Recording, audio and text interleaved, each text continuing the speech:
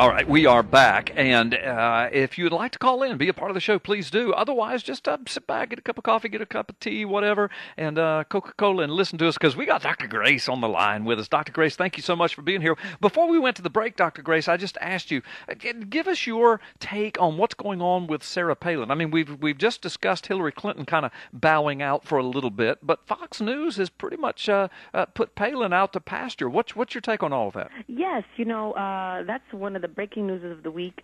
Basically, Fox News was not that happy with her performance, and they also began to believe that her star was waning. In fact, there's also a report out there that Roger Ailes, he has called Palin stupid a couple of times. Good, so he was really disappointed with her performance. And they had previously offered her $1 million a year for 3 years. That was her contract. So her contract was up for renewal, and they offered her a paltry sum to keep on going, which she rejected. So I haven't heard any sources confirm exactly what the amount was, but it was far from the $1 million she was making before. Right. And so she rejected it, and then she gave an interview saying, check this out, that the reason she doesn't want to be on Fox is because she wants to reach out to a broader audience, quote, unquote. Oh, my gosh. What does that mean? I mean, I know what she was doing by saying that, but what does she mean by a broader audience? I don't think she knows what she means. I don't think so either. When you're on Fox News, you want to stay on Fox News. Yeah, that's. I mean, it and really. You want to branch out from there. You don't want to cut your arm off and then say you want two arms. I mean, it just doesn't make any sense. No. I mean, I'm a little disappointed I'm a lot disappointed in a lot that Fox does. But I mean, if you're going to be in the quasi-conservative world, I mean, that's the gold standard, and you don't reach out any further than Fox News. You're right.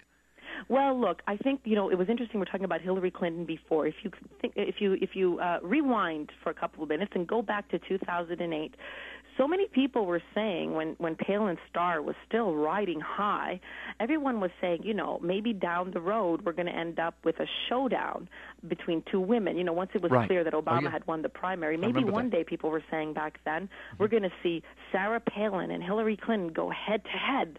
The great conservative leader versus one of the great liberal leaders. Well, 4 years later, you see what a difference various choices have made. I was one of those people from the start advising Governor Palin, do not get out of politics. Right. I thought she made a horrible mistake when she resigned as governor of Alaska. Yeah, me too. I didn't think she ever explained that properly. And then I thought she made one bad move after the other. She jumped into the media world. She had these reality TV shows that really went nowhere. And then she tried to be a commentator, which really wasn't her strength.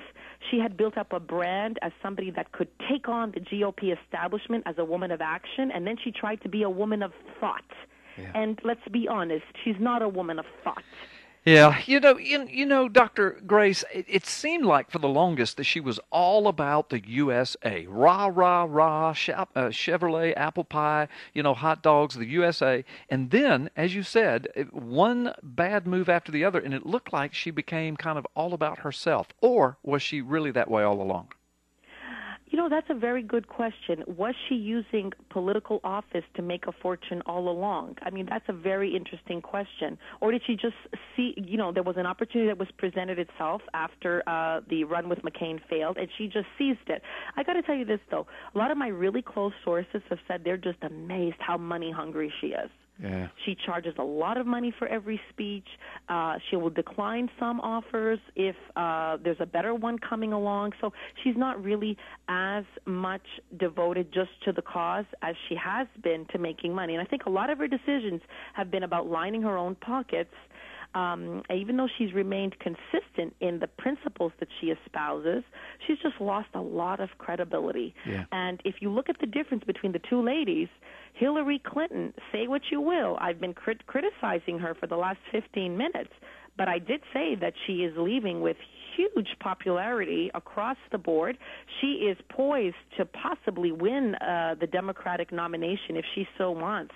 in the next cycle in 2016, she may be the next president of the United States. And the big difference between the two women is that one just stayed in politics. I mean, Hillary Clinton never gave up. Yeah, no, she didn't. That's she never true. gave up. And if you look at her career, there were moments when, I would have pulled away in embarrassment. You know, the whole Monica Lewinsky scandal. She had stuck her neck out on the line for her husband, saying that it was all a vast right-wing conspiracy, and then it was proved that he was lying to her, or maybe she knew all along, who knows? Right. But, I mean, there were moments where a lot of other people would have just, buried their heads in shame. Yeah. And she just kept going. And even after that bruising Democratic primary where she lost, she could have just walked away from public life and said, I've, made enough of a contribution, enough of a mark. No, she accepted to be number two to a guy that she thought was really her inferior, her junior and her inferior. And she worked 4 long, hard years. And she, apart from Benghazi, there really wasn't like a major gaffe until the very last moment of her tenure. So if you look at the lives of the two women, one has even more credibility as a political figure, and the other one has really squandered, and her star has fallen so badly that even the conservative news network doesn't want her on. Yeah. No, those are brilliant observations, Dr. Grace. I'm going to tell you a theory I have about Hillary Clinton, and you can disagree, of course, if you'd like. And if you want to be wrong, you can disagree with me. But but, I have a theory. I have a sneaking suspicion that Hillary Clinton was supposed to kind of be the winner of that primary in 2008. She was supposed to be the Democrat darling, but from nowhere, this young black guy rises up to the top, and people start cocking their eyes that way. And, of course, Joe Biden comes up and says, finally, we got a clean, young, articulate black man. You remember all that.